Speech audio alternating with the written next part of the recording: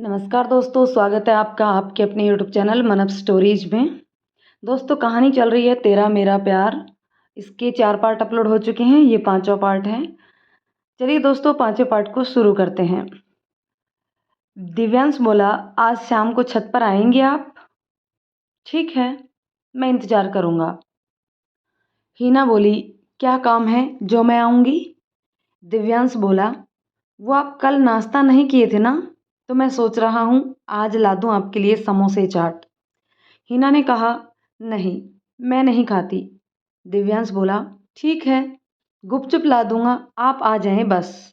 हिना बोली, मैं नहीं आऊँगी, आप कुछ भी ना लाएं और परेशान ना करें, वरना आपको ब्लॉक कर दूंगी। दिव्यांश बोला, अच्छा, ब्लॉक कर देंगी? परेशान करूँगा तो कर दीजिए ब्लॉक। हिना सच में दिव्यांश को ब्लॉक कर दिया। अब दिव्यांश परेशान होने लगा। करे तो क्या करे? कुछ देर में अनलॉक किया और मैसेज देख के फिर से ब्लॉक कर दिया। दिव्यांश को लगा कि ये इतनी भी सीधी नहीं है जितना मैं सोच रहा हूँ। इसको पाने के लिए बहुत पापड़ बेलने पड़ेंगे। दिव्यांश छाया से बोला कि तुम्हारी ननद हीना ने मेरा नंबर ब्लॉक कर दिया, प्लीज़ अनब्लॉक करवा दो। छाया बोली, ऐसा क्या बोल दिया तूने जो उसने ब्लॉक कर दिया? दिव्यांश बोला, मैंने तो ऐसा कुछ भी नहीं बोला। जब छाया हीना के पास आई तो हीना ने उसे सारे मैसेज पढ़ा दिए। छाया बोली, ये पागल हो रहा है, कहीं आपको लेके सीरियस ना हो जाए। माँ बाबूजी मानेंगे भी नहीं, मैं उसको समझाती हूँ कि नहीं परेशान करे आपको। छाया कंफ्यूज हो गई कि करे तो क्या करे, भाई को मना करे या नहीं, क्योंकि छाया भी चाहती थी कि हीना को एक अच्छा लड़का मिले। और देव्यांश बहुत ही अच्छा था, कमाता भी अच्छा खासा था। बस छाया के घर वाले अच्छे नहीं थे, इसलिए छाया अपना दिल छोटा कर रही थी, क्योंकि उसको पता है कि घर में बड़ी भाभी और माँ के जुल्म को हीना नहीं सह पाएगी। फिर सोचा शादी के बाद दिव्यांश अपने पास रख लेगा, कौन सा उनके पास पैसों की कमी है जो उसे दिक्कत होगी।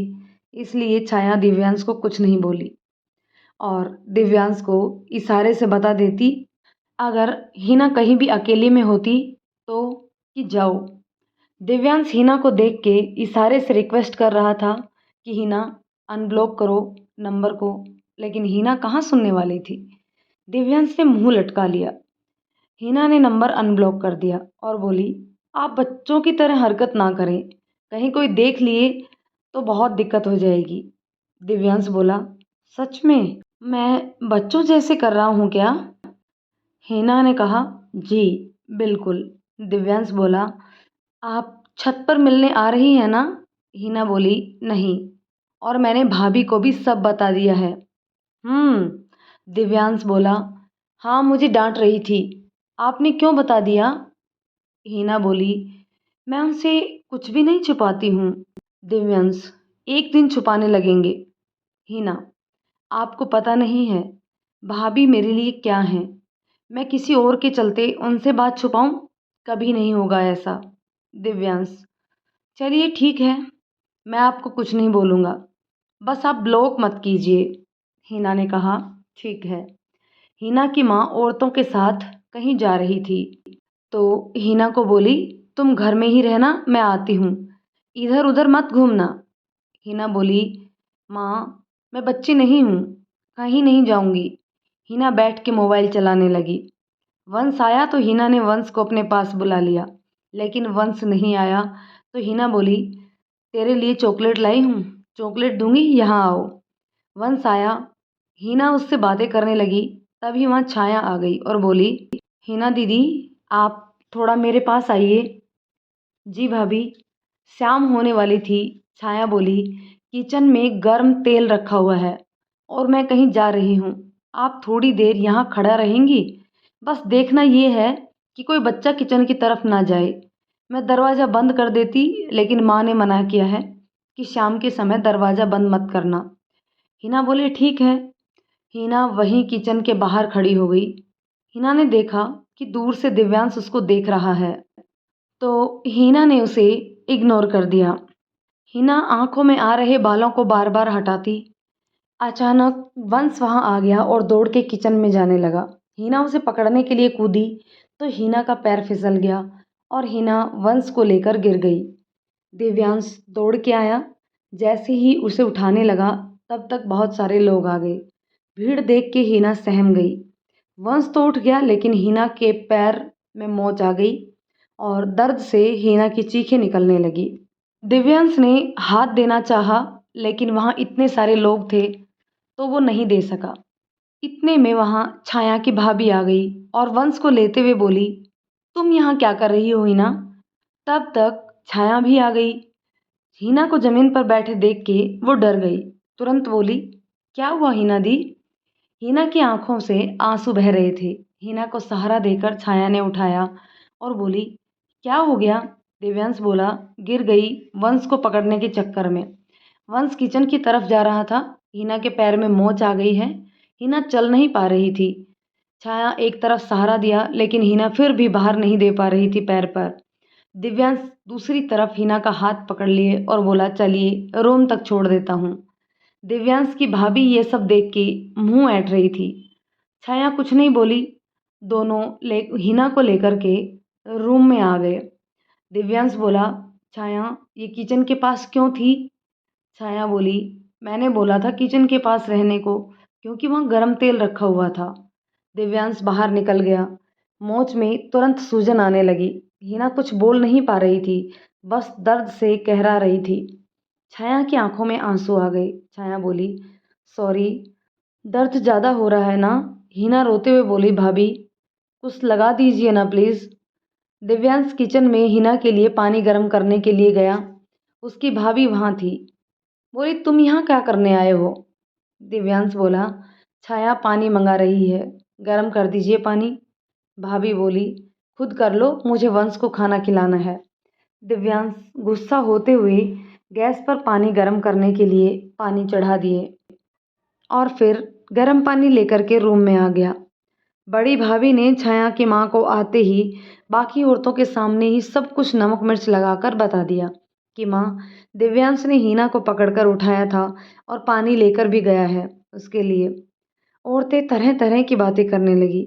हीना के पैर को छाया ने गर्म पानी से सेक दिया और फिर पेन किलर क्रीम भी उसके ऊपर लगा दी और वहीं पर आराम करने को बोली। छाया वहां से निकलकर बाहर आई और किचन में गई तो देखा उसकी माँ और बड़ी भाभी किचन में जाने क्या क्या बातें कर रही थी। छाया वहां गई तो दोनों चुप हो गई और छाया की माँ बोली, अगर तुम्हें काम था तो किसी और को बोल सकती थी, उसको क्या जरूरत थी बोलने के लिए? वो काम करने वाली लड़की है क्या जो कर देगी कुछ काम? छाया बोली, वो सब काम करती है माँ, यहाँ मेहमानों का घर है इसलिए, वरना यहाँ भी करती। अब वंश दौड़ता हुआ आ गया तो इसमें हीना की क्या गलती है? तभी छाया की भाभी बोली, अगर उसे सब कुछ करना आता तो ऐसे रिश्ता तोड़ के मायके में नहीं बैठ जाती।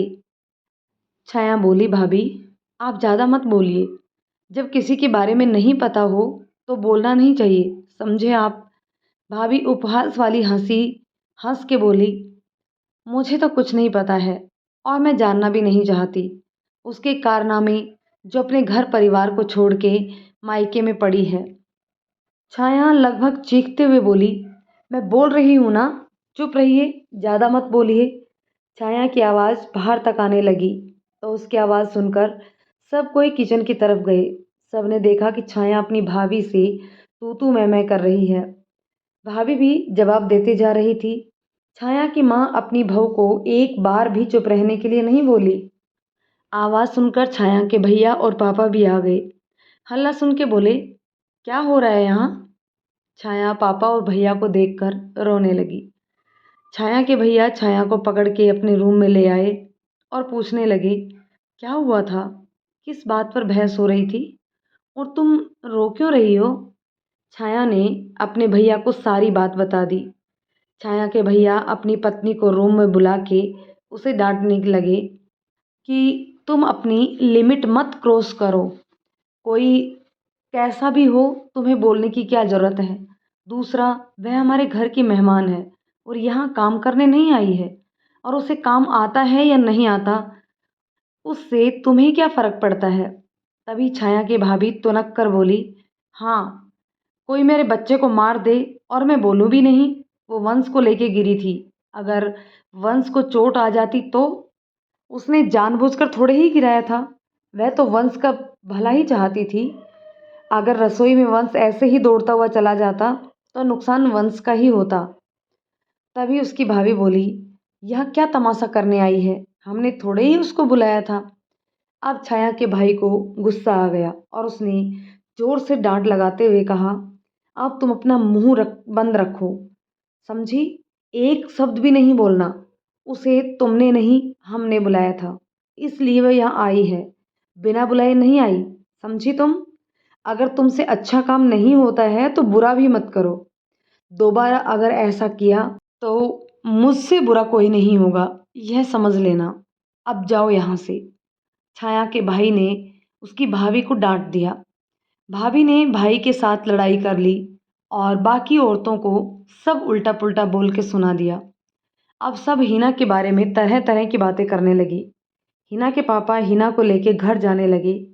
छाया अपने ससुर से बोली, पापा जी, हिना दीदी कहीं नहीं जाएंगी, यही शादी में रहेंगी हमारे साथ। छाया की सास बोली, देखो और तमाशा मत करवाओ बहू, अब बहुत हो गया। सब हिना के बारे में गलत बोल रहे हैं। अगर इतना सुन सुन कर रहेंगे तो पागल हो जाएंगे।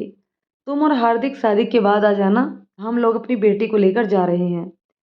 छाया बोली, नहीं, हिना दीदी को मैं नहीं जाने दूंगी।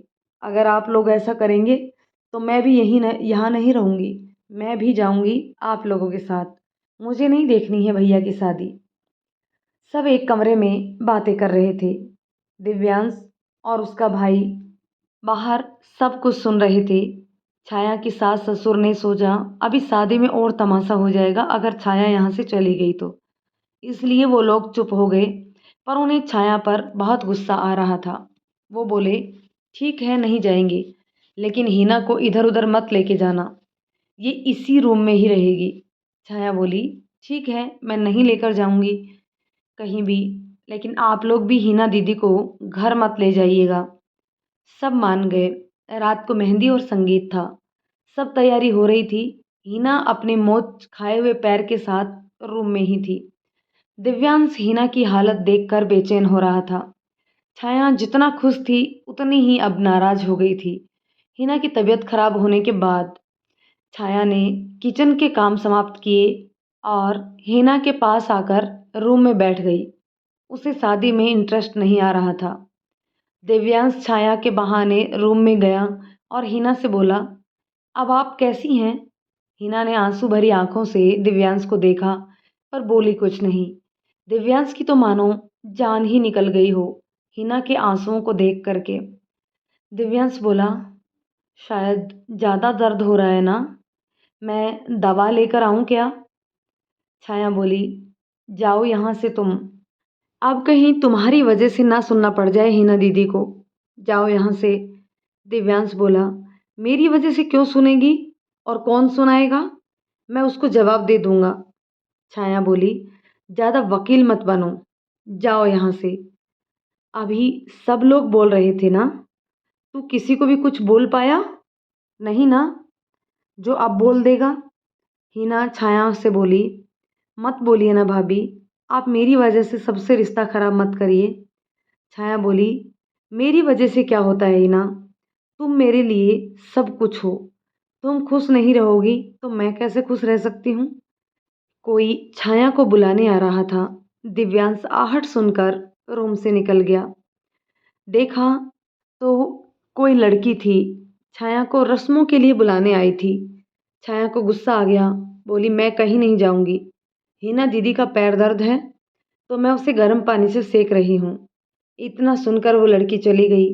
दिव्यांश फिर से अंदर आने वाला था, तभी देखा दिव्यांश की माँ छाया को बुलाने आ रही है।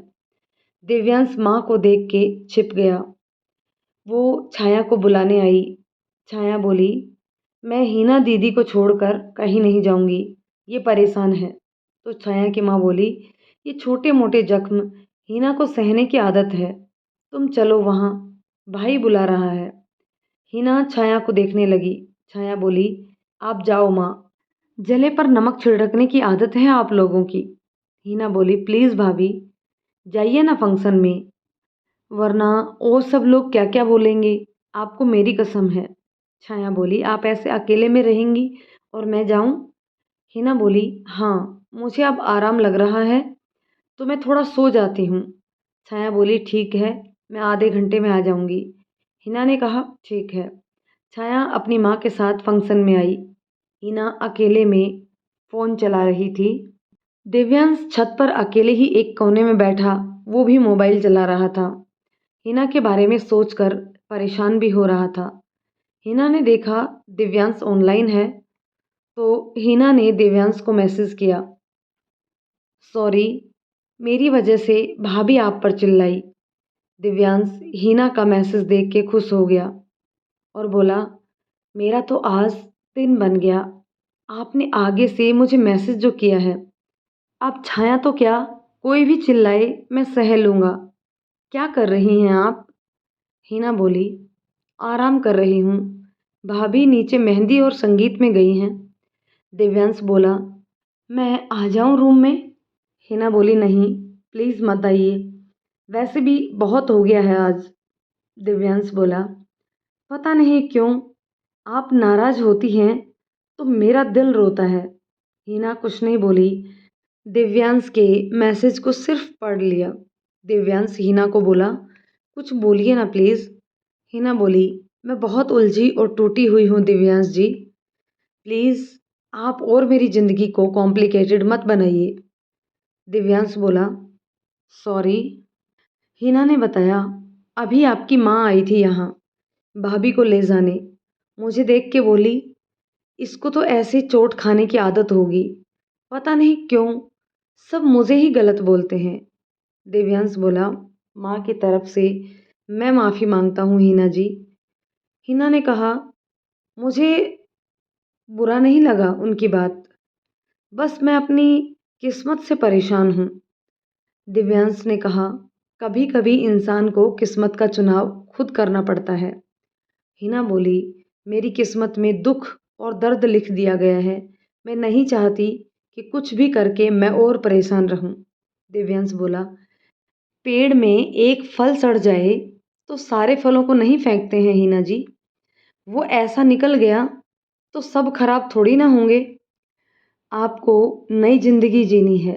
हिना बोली, छोड़िए ये सब, आप कहाँ हैं अभी? दिव्यांश ने कहा, मैं छत पर हूँ। हिना बोली, तो फिर फंक्शन में जाइए ना। दिव्यांश बोला, मूड नहीं है, मुझे अकेले रहना पसंद है। हिना बोली, जाइए, वरना आपके भाई को बुरा लगेगा।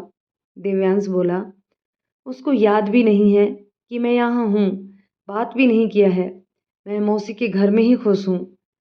हिना बोली, ऐसा नहीं बोलते हैं, आप जाइए, वरना मैं मैसेज नहीं करूँगी। दिव्यांश स्माइल भेज के बोला, अच्छी धमकी है, मैं जा रहा हूँ। हिना बोली, मुझे कैसे पता कि आप जा रहे हैं?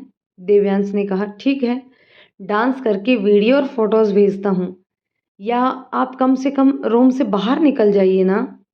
हिना बोली, मेरे पैर में दर्द है, मैं नहीं जाऊंगी बाहर, वैसे भी लोगों की कानाफूसी सुनने से अच्छा है मैं रूम में सोई रहूं।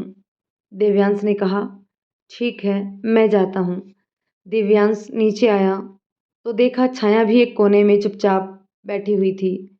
दिव्यांश छाया के पास गया और उसे उठा के भाई के पास ले गया और डीजे पर गाना बजवा के सब नाचने लगे। छाया बोली, मेरी इच्छा नहीं हो रही है ये सब करने की। दिव्यांश ने कहा, तुम्हारी हिना ने ही बोला है कि उसकी भाभी के साथ डीजे पर डांस करूं मैं। छाया बोली, सच्ची? दिव्यांश मुस्कुरा के हाँ बोला। फिर दोनों भाई बहन डांस करने लगे। धीरे धीरे पूरे परिवार वाले मस्ती करने लगे। छाया अपनी सास को भी पकड़ कर ले आई और बोली, प्लीज़ मम्मी जी, एक गाने में बस।